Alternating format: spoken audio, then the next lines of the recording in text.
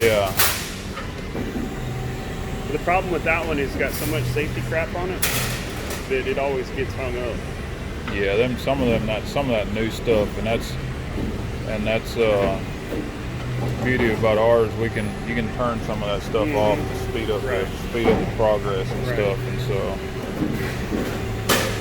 Yeah, your machine's a lot heavier duty than me. Oh yeah.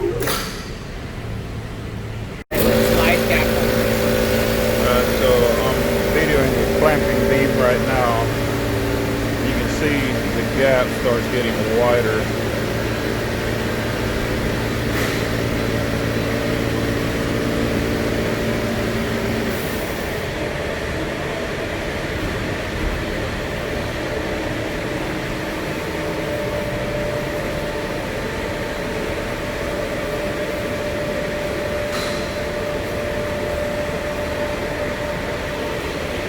Gap is right here on the second stand. If you look at it from the end, the second stand in.